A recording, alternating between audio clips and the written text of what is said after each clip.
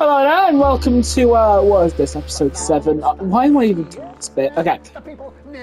Basically, this is my second take. I went 2 minutes into the first take before I realised that I was acting way too flustered, and I needed to really shut up for like a good minute and try again.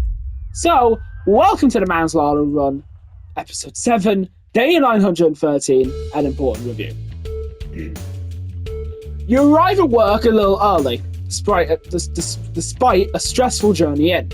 You still aren't quite sure of everything that happened, though for the swarm of CCOs all over the building is anything to go by. This isn't just a Channel 1 matter. This is confirmed when you are informed you need to speak to Bozeman immediately and escorted to his office. You sit nervously outside, waiting for your boss. A few minutes later, the boss man arrives, disheveled, with a stern-looking CCO in tow. Ah, yes, Winston. Good. This is Specialist Ables. She will be observing this interview.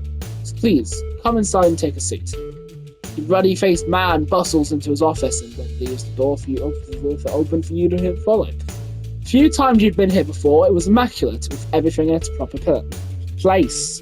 Not so today. It must be serious for Bozeman to be this flustered, and it must be serious for me to be this flustered. Jesus Christ.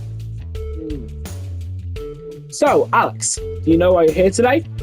Bozeman's eyes are sharp, and his gaze is fixed on your face from across the desk. Ables is standing behind you, out of sight, but definitely not out of mind.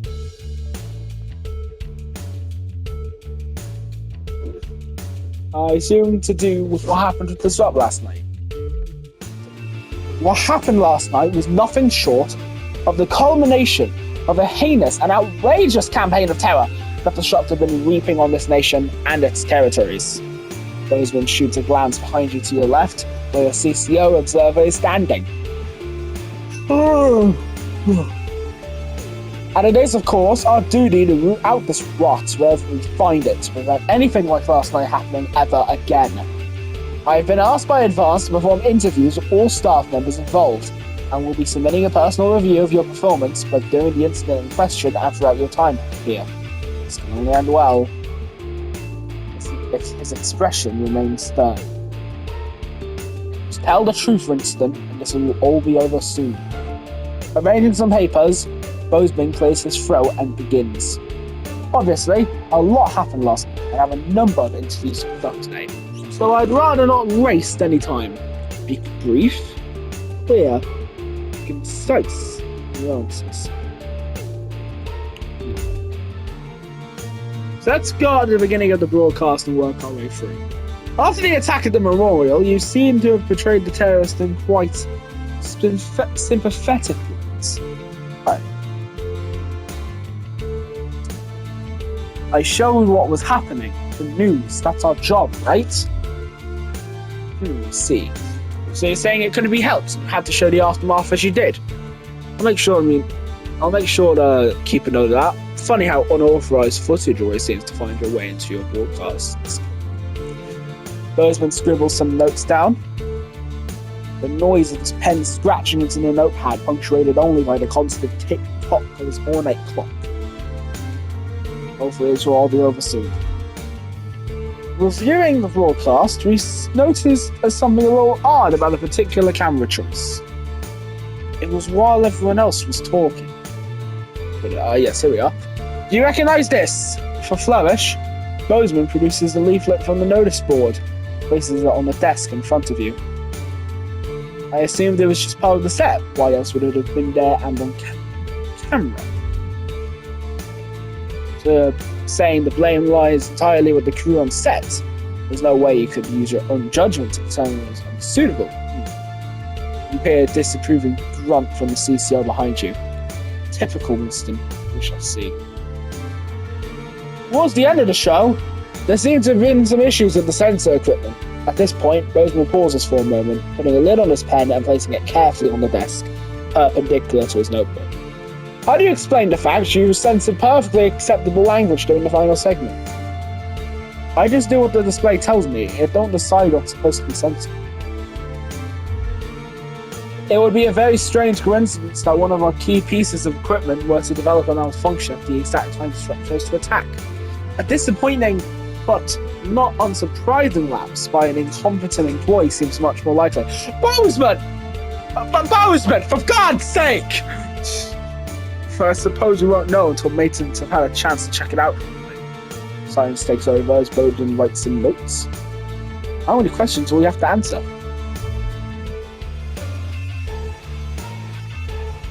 Ooh. At this point, Bozeman took out a pair of glasses and placed them, somewhat delicately, on the end of his nose. Then the portly man leaned forward to examine his notes in detail. Now obviously we expect the odd bit of interference here and there, unavoidable. However, he paused, turning the page at an agonizing pace. Interference is not the same as terrorist propaganda. Would you care to explain how quite so much of their messaging found its way onto our airwaves? With everything else going on, I just didn't realise until it was too late. At the corner of your eye, you note Specialist Abels is visually more attentive, awaiting the boss's response.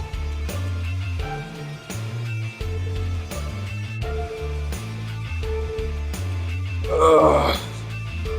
Well, it's certainly true that accidents do happen, but it's amazingly coincident how often they seem to happen when you're around, Winston.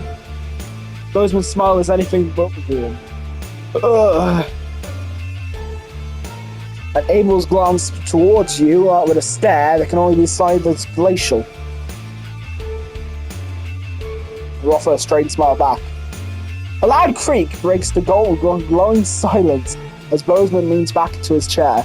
The tape of that poor Miss Brightman. Why did you play it? Don't really understand. Why play that tape? As you meet his gaze, you're almost surprised to see earnest concern in the old man's eyes. I was worried what this might do if I didn't play it. You watch as Bozeman slowly cleans his glasses before answering. Well, at the end of the day, you chose to do it, Alex. I know what I'd have done in your shoes. After all, you have a habit of playing tapes you shouldn't, don't you? He clears his throat and leans forward again, staring at you for a moment before continuing. That is, however, all I had for you. Thank God it's over. I think that's all the information we need for now, Winston. Bozeman looks questioningly at the CCO, but by the time you've turned around, the moment has passed.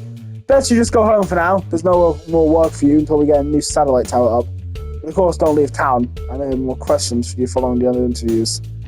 As you leave, you see open hostility from Specialist Abel's eyes. Well, knew there'd be consequences. Okay, next one.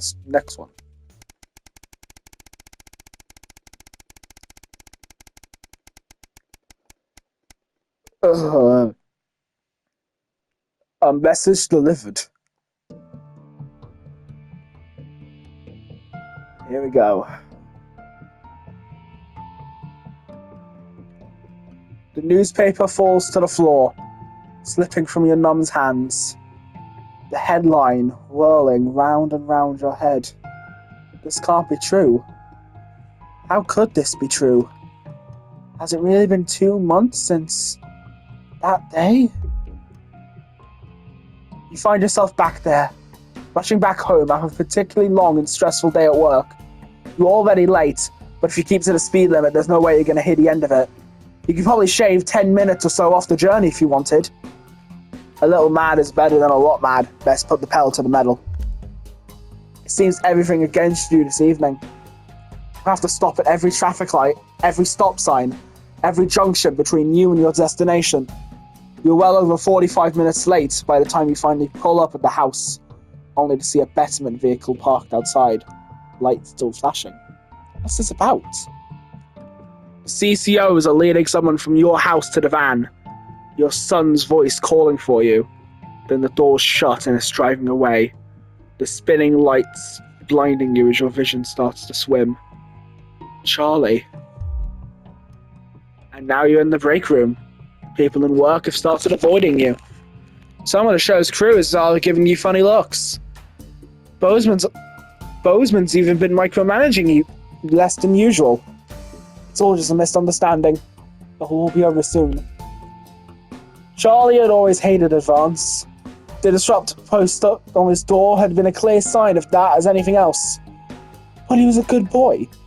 Never violent. Clearly he wouldn't have. You and Sam got to see him the last week. See him at the Betterment Centre last week as soon as you'd been able. He hadn't been happy, but there were a lot of like-minded people there from what he'd said.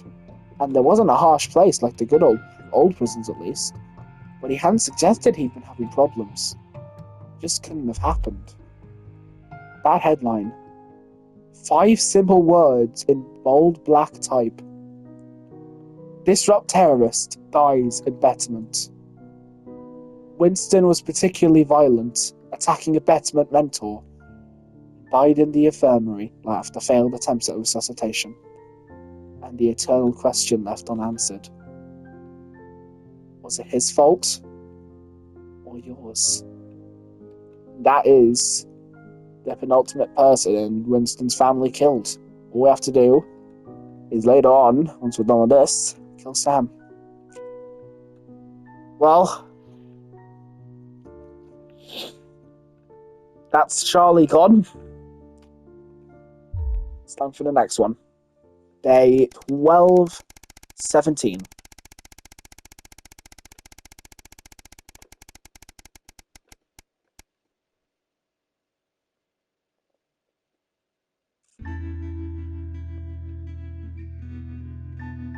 It's your anniversary, and this year you've got a plan. A week away could just be what the doctor ordered for you and Sam. It won't be cheap. It's more than you'd usually spend, but I have the balls! I have the balls.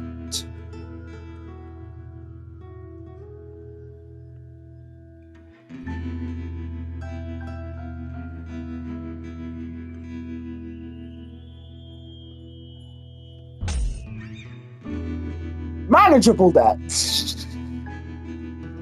The last time you went away, it was an amazing weekend together. And this time it's going to be even better.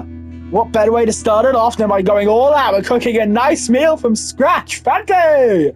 Sam's going to love it. It should be here any minute. You even had time to single-handedly clean the entire house, floor to ceiling. So it took hours. But Sam will appreciate it, and that's all that matters. You hear keys in the lock and put the final touches to place. As Sam steps into the hallway, you're waiting in the doorway to the kitchen, dressed into the nines and acting as nonchalant as possible. Alex, what's all this? Did you clean? And what's that smell? They give you a quick kiss as they step past you into the kitchen, where the banquet is laid out and the candles lit.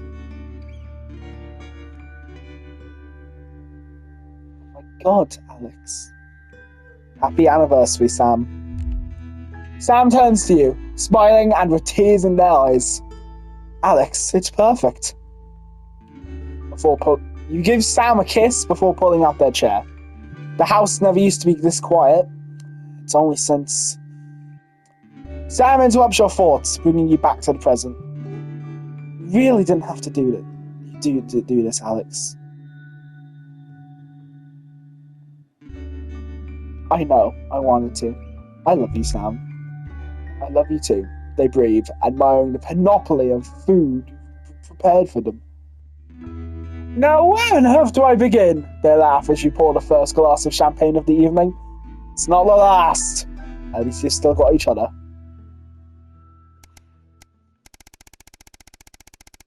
Next one is... Okay. Day 1764. A job down.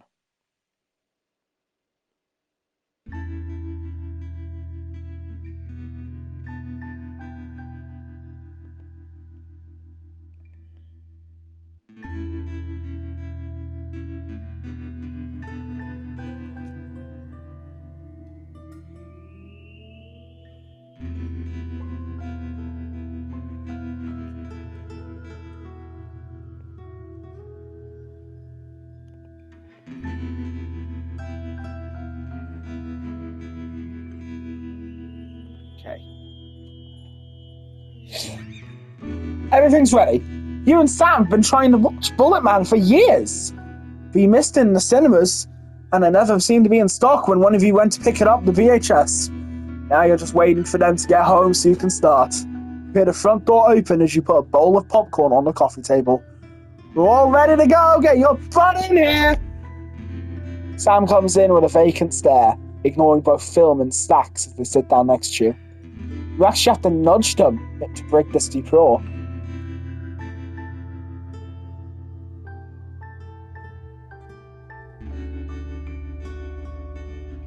Sam, what is it? I've just been let go from work. Sam was just staring into space. Apparently there was a need for 2 nursery children anymore. Not enough children, so they can't justify the expense. Honey, I'm so sorry. It'll be okay. I'm sure you'll find another place.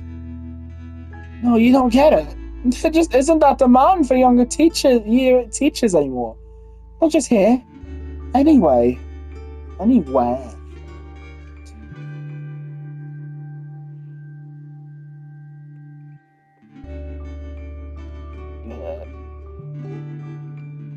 Pulls. I don't know what I'm going to do. What we're going to do. You pull Sam into a hug. I know things are tough, but we'll think of something. How, Alex? We're barely scraping by as it is, and now... You're going to have to sell the house. I can't see any other option. We've got too many debts to pay. If that's what we have to do, fine. It's only the 2 of us living here now anyway. I suppose you're right. Still, I hate the idea of losing this place. Think of everything that's happened here, Alex. They fall silent, thinking. Eventually, you start the film, but neither of your hearts are in it, too busy thinking about the future. Still, a house isn't everything. It's the people who make it a home. Home is where the hard part is, after all. And that is us moving into the shitty flat, which I honestly didn't think was going to happen, to be completely honest. I was predicting that our money would be enough where we'd get it, but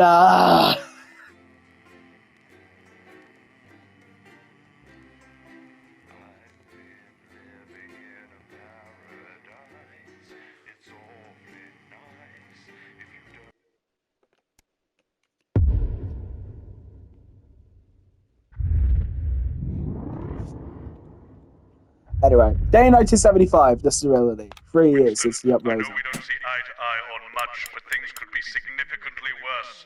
Why don't you try to muddle through for a change rather than your established approach of giving me a headache? If not for me, do it for the children, Alex. It's advanced as ill-conceived. Bring your daughter to work day today, so there's even more people than usual for you to disappoint. Bro! Okay, I get it. You hate me.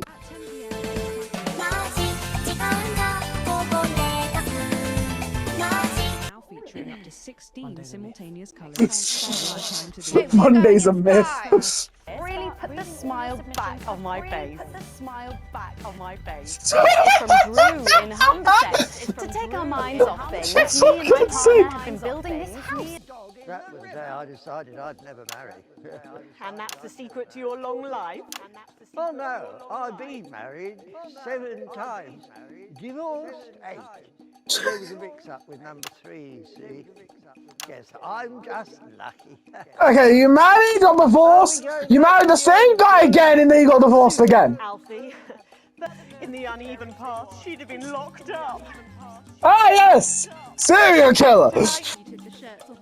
Quite literally, in my case, I used to collect. Sudden realization. You might as well have the rest of it too. Oh, security! Oh God, not again. Oh, fuck! Please. As the actress said to the bishop. There's something on your face, Chief Harrison. Chief Harrison. The day 1975 version of This Is Why You're Single. They've ruined it. I believe has got the star of the show. Robin. Well, Megan, I'm joined by not one, but both of the stars, Lawrence Blunderclatch and Helena Canterbury-Bochu. Thank you so much. No, thank you. It's thanks to shows like yours that Eleanor and I are even here. Don't you agree?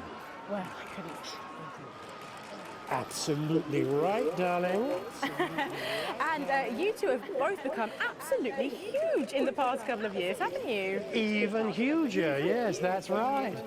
I feel very lucky, very, very lucky to be born, well, you know. And Helena is in massive demand too at the moment.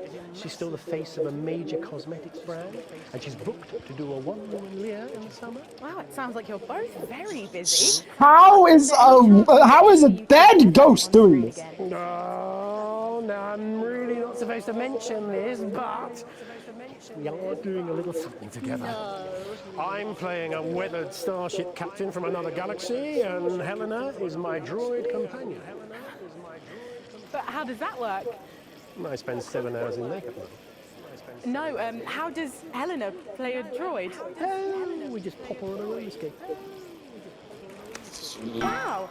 Well, Lawrence Blunderclatch and Helena Canterbury-Bochu, thank you so much for joining me. And we're going over to Patrick Bannon now. Patrick, will we be seeing you in a movie anytime soon? Thank you, Robin. Fingers crossed. I'm joined here by pop icon. It's Lil C. I just got a trophy, Ashes to Ashes.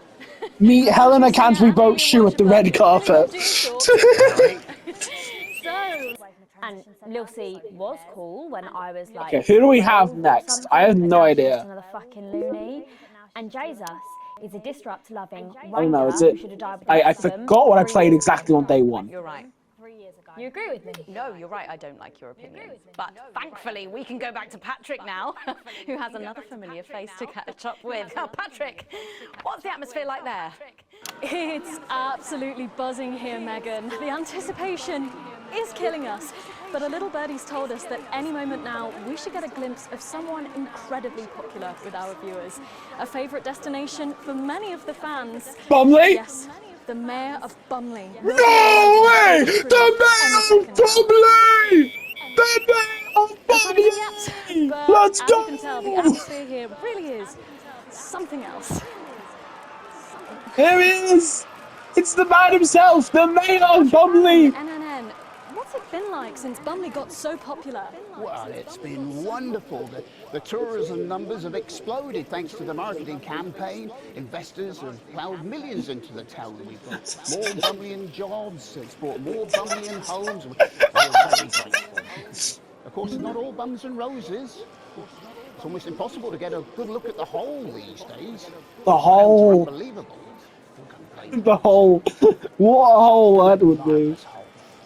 And, yeah, it's been a bucket list item of mine recently to go and see the hole. The great honour of my life to serve the town that I love so dearly.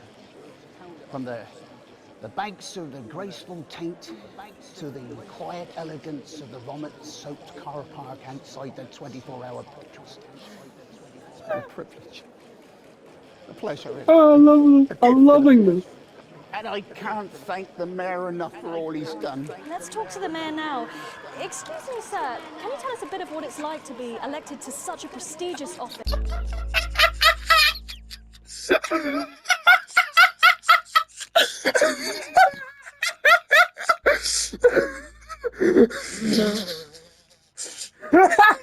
Who allowed this? Who allowed this? Who the hell allowed this? Elected to such a prestigious office. And do you have any words for your legions of fans out there? Stoic, but blistering honesty from the Right Honourable Peanut T. Fortescue there. And his PA. A proclamation. Quickly, fetch a policy bag. Yes, sir. We'll get it ratified at once, sir. Well, there you have it, Megan. What an honour to literally see local government at work there. I'm still in shock. Back to you at the studio. Thanks, Patrick. What a colourful interview there on what looks like an amazing night. The They certainly bumliest know of how to times. I got another trophy. And the automated... Well, we've all learned maybe a little bit more than we expected to there. I'm genuinely delighted. Snatch me inside. There's no need to hide all the times that you cried. My old man used to say, you blow me away. I just want you to stay. I just want you to play. You make me crazier than neon. Crazier than neon. Crazier than neon today.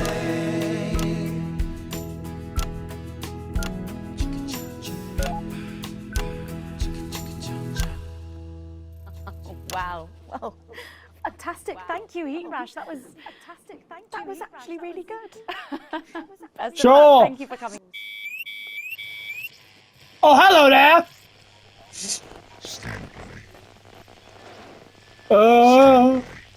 Let's keep making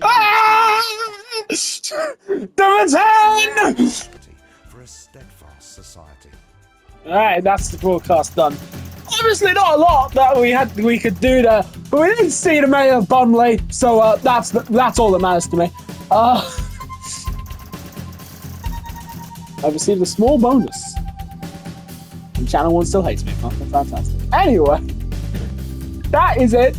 This is probably going to be a short episode because I'm probably going to cut a lot out of it because obviously, like I said, not much I could really do there. So, I'm Megan. And I'm Jeremy. yeah. Our main headlines tonight.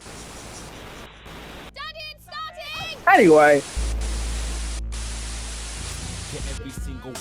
goodbye.